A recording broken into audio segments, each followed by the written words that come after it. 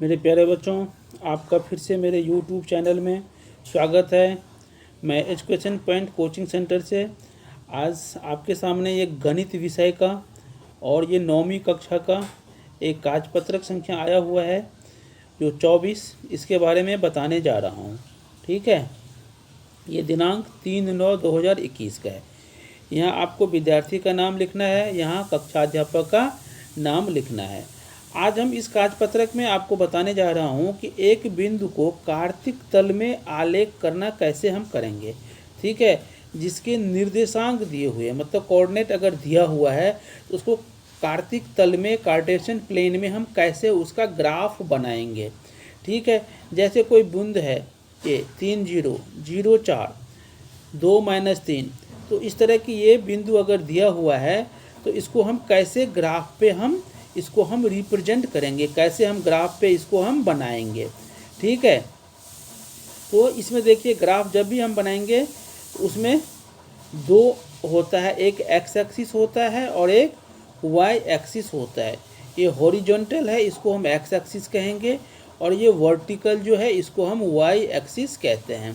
ठीक है, एक्स का जितना भी मान होगा इधर प्लस में होगा, इधर माइनस में होगा। उसी तरह y का इधर जो होगा वो प्लस में होगा और नीचे y का माइनस में होगा। और ये शून्य जो है ये x एक्सिस का भी है और y एक्सिस का भी है। ठीक है, अब देखिए आप ग्राफ पे इसको करिए तब आपको पता चल जाएगा कि इसका कैसे इसको हम निरूपित करते हैं। जैसे पहला है, मान लीजिए कोई बिंदु है A, उसका है कोऑर्डिनेट है 3 और 0। तो ये हमेशा जो पहला होता है वो एक्स एक्सिस का होता है और दूसरा होता है ये वाई एक्सिस से हम लेते हैं। ठीक है, तो एक्स से हमने 3 ले लिया तो यहाँ पे आ गया, और ये 0 जो है ये वाई का भी है तो ये यहाँ पे आ गया। ठीक है, तो ये आपका पॉइंट हो गया ए, इसका हो गया 3 और 0। ठीक है, अब देखिए दूसरा क्या है। जैसे अब कोई है, जैसे ये बी है। ठीक है, इसका x का 0 है और y का 4 है।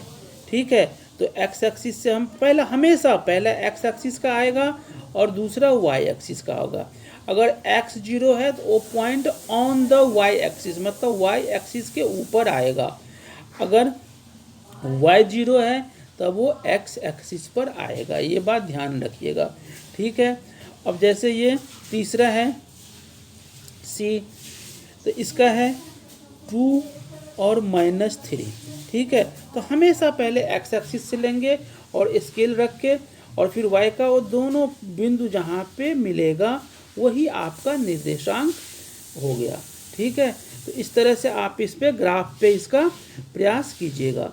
अब पहला क्वेश्चन है, जैसे कार्तिक तल में बिंदु, इसको मतलब स्थान निर्धारित करना है आपको ग्राफ पे। ठीक है, तो पहला ए है 1 और 3, एक्स एक्सिस से 1 ले लिया और वाई से 3 ले लिया, तो आपका ये यहाँ पर आएगा।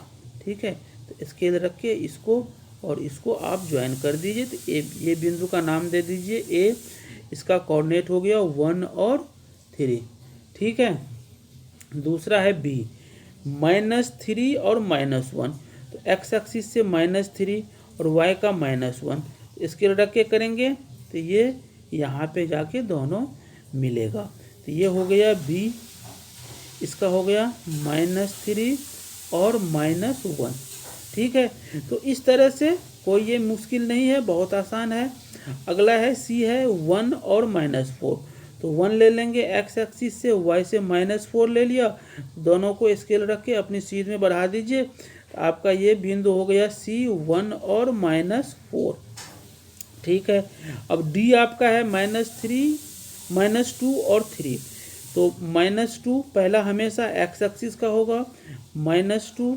ठीक है, और 3 मतलब वाई एक्सिस का, ये ले लिया, ये दोनों यहाँ पे जा कर के मिलेगा, तो ये बिंदु आपका हो गया डी -2 और 3।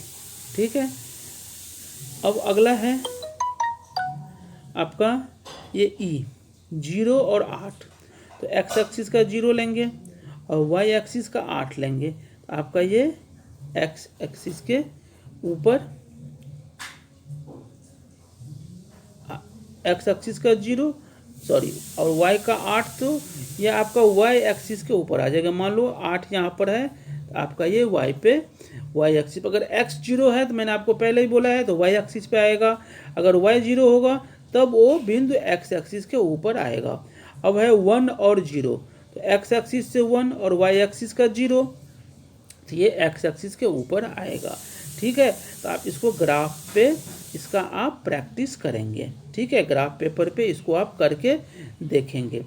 दूसरा प्रश्न है जो आपको करना है, अक्षों पर दूरी का उपयुक्त एकक लेकर नीचे सारणी में दिए हुए बिंदु को तल पर आलेखित करिए।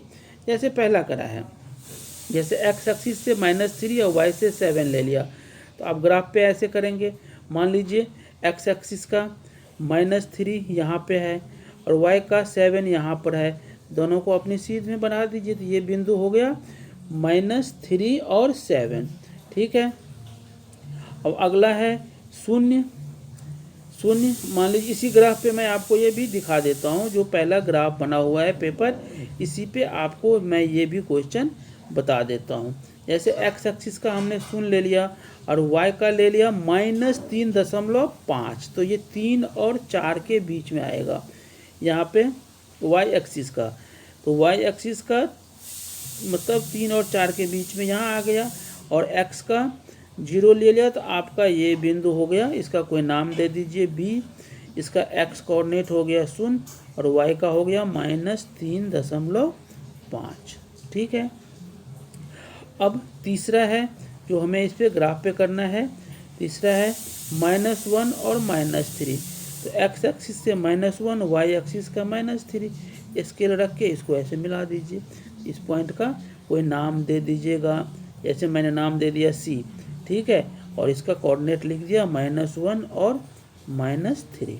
ठीक है, और जैसे अंतिम है एक, मतलब अंतिम नहीं, एक और है, इसका है 4 4, तो x एक्सिस का भी 4, y एक्सिस का भी 4, तो ये आपका यहाँ पे आ गया।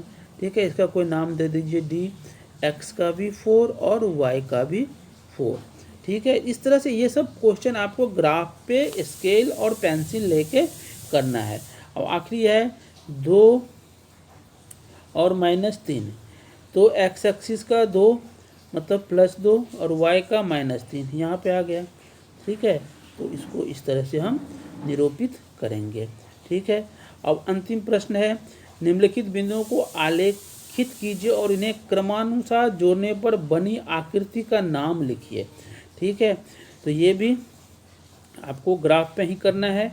जैसे देखिए मैं ये आपको करके बताता हूँ, -3 और 2, तो -3 ये हो गया और +2, y का +2, तो ये बिंदु यहाँ पे आएगा। ठीक है, -3 और 2। अगला है -7, x एक्सिस का -7, y का -3, ये स्केल रख के करिएगा तो यहाँ पे आएगा, मैं अंदाजे से कर रहा हूँ। फिर तीसरा है 6, x एक्सिस का +6, y का -3, तो 6 तो यहाँ पे आएगा। ठीक है, अब है 2 और 2, x का भी 2 और y का भी 2, ये आपका यहाँ पर आएगा। ठीक है, अब कह रहा है कि इसको जोड़िए, तो स्केल रख के जैसे इसको जोड़िए तो ये किस तरह की आकृति बनती है, ये आपको पूछ रहा है। तो ये हमें बनता है ट्रेपीजियम।